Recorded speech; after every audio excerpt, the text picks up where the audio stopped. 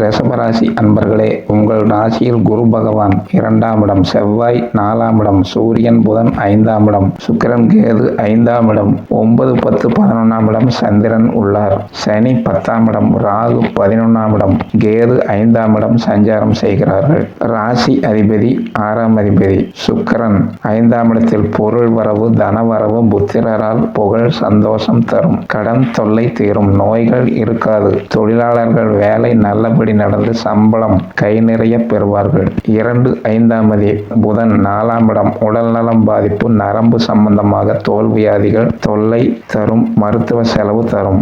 மாணவர்கள் கல்வியில் புகழ் பெறுவார்கள். மாமா உறவு பகை இருக்கும். ராசிக்கு 9, 10, 11ஆம் இடம் சந்திரன் நல்லது செய்வார். விவசாயிகள் விளைச்சலில் நல்ல லாபம் பெற்று பணவரவு பெறுவார்கள். தாய் வகை உறவுகளால் நன்மை கிடைக்கும். தாயார் உடல் நலம் நன்றாக இருக்கும். 5ஆம் இட சூரியன் சிறிது சுகக்குறைவு தருவார்.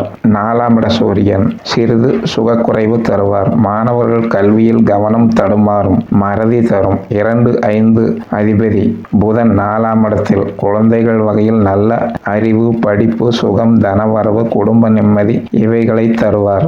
7, 12ஆம் அதிபதி செவ்வாய் மனைவி வகையில் சந்தோஷம், அவர் வகை சுப செலவுகள், விரயங்கள் இருக்கும். செவ்வாய் 3, 5ஆம் இட பார்வை, 8ஆம் இட பார்வை, 9ஆம் இடத்தில் நல்ல பலன்களை செவ்வாய் உங்களுக்கு வழங்குவார். 8, 11ஆம் அதிபதி குரு ராசியில் மனக்குழப்பம், ஆரோக்கிய குறை, தொழில் பிரச்சனை தரும். 9, 10 அதிபதி சனி 10இல் தொழிலில் லாபம் தந்து பொருள் வரவு, தன வரவு, மகிழ்ச்சி தருவார். ராகு 11இல் நல்ல பலன் தருவார். லாபங்கள், பொருள் வரவு, தனவரவு தந்து உதவுவார். கேது 5ஆம் இடம் பக்தி மார்க்கத்தில் ஈடுபட வைப்பார். நீங்கள் வணங்க வேண்டிய தெய்வம் விஷ்ணு பகவானை வேண்டி வணங்க கஷ்டம் தீரும். சுபம்.